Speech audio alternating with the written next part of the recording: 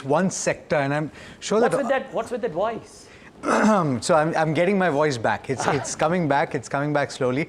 Like I think the fortunes of FMCG companies at this juncture in India, and in fact that is what we're talking about right now, which is that the investor is constantly looking for a bargain buy and is looking for value.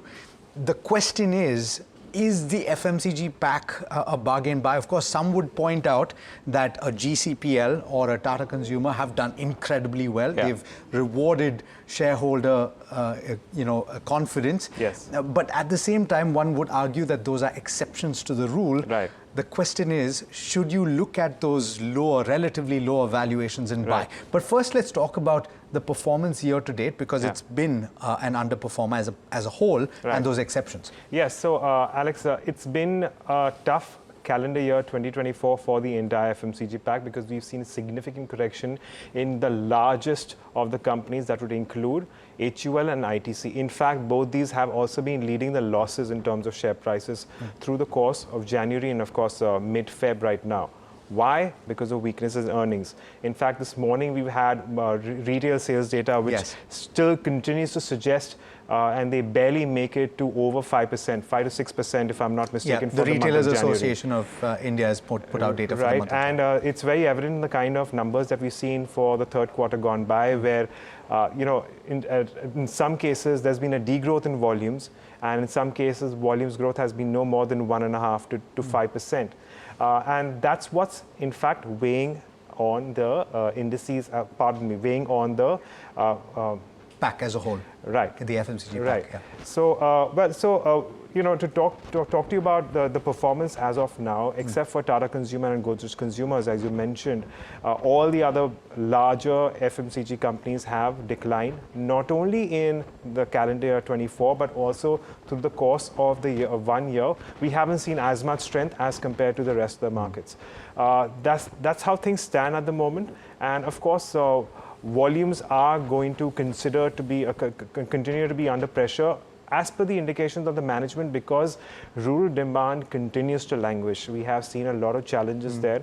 These are some of the factors we need to keep in mind. But with regard to those two, there are certain tailwinds or reasons for that outperformance as well that you need to highlight, right? Right. GCPL as well as Tata Consumer. Right. So, Alex, as you mentioned, exception to the rule. In this case, both Tata Consumer and GCPL are exceptions. Tata Consumer is building out a business. It has already made a significant amount of investments in the past few years, and you're seeing a result of what they have done at the moment. Godrej Consumer Products is coming off a very, very low base, because it's actually faced a very, very challenging time in the preceding years, in the years preceding FY23 as well.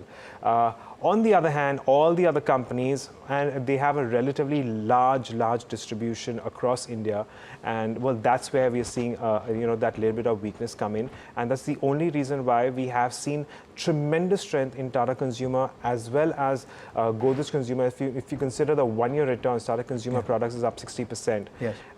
But for all the other companies, 60% is a far cry in terms of returns. And in terms of the path going forward as well, and that is reflected in the expectation of revenue growth heading into the next financial year as well, where barring a couple which are going past that 10% mark quite comfortably, everybody else is below. Yeah, and that perhaps is the reason, or also because you start seeing factoring of strength in a lot of these counters, or rather weakness in a lot of these counters.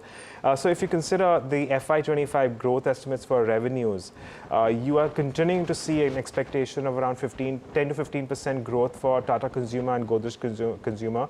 Of course, Dabur and ITC are also expected to show 10% growth. ITC, though, mind you, will come off on the back of a low base. And in terms of earnings growth as well, say for something like a GCPL and Tata Consumer, which are expecting about 18 to 22% bottom line growth, we don't have as much to speak for when it comes to the other companies. And finally, looking at the valuation metrics, which is, of course, a factor of the expectation of the EPS growth, which I think you've kind of covered, they're all trading below their 3-year average. But then we're not saying jump straight in, because the path ahead still looks a little murky. So most companies are trading below their 3-year average.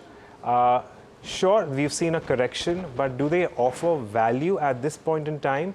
Is their valuation significantly below their 3-year historical average?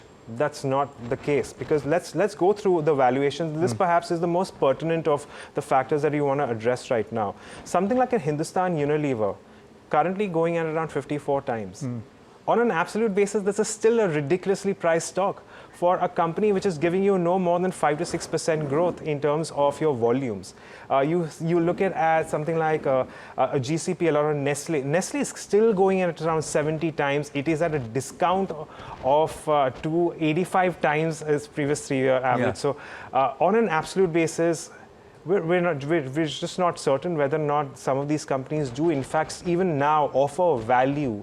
And the likelihood at this point in time is that we're most probably going to see consolidation, not necessarily a sharp up move, and that certainly won't come through unless and until we see that recovery in the rural segment. And volumes would be the metric to watch out Yeah. for. If you see an uptick significantly, then that's when you start looking at this back more seriously. But it's going to be hinged on rural recovery largely. If you have recovery in rural demand, you will start seeing volumes. Yeah. But until then, it's going to be a wait and watch. All right, so wait and watch.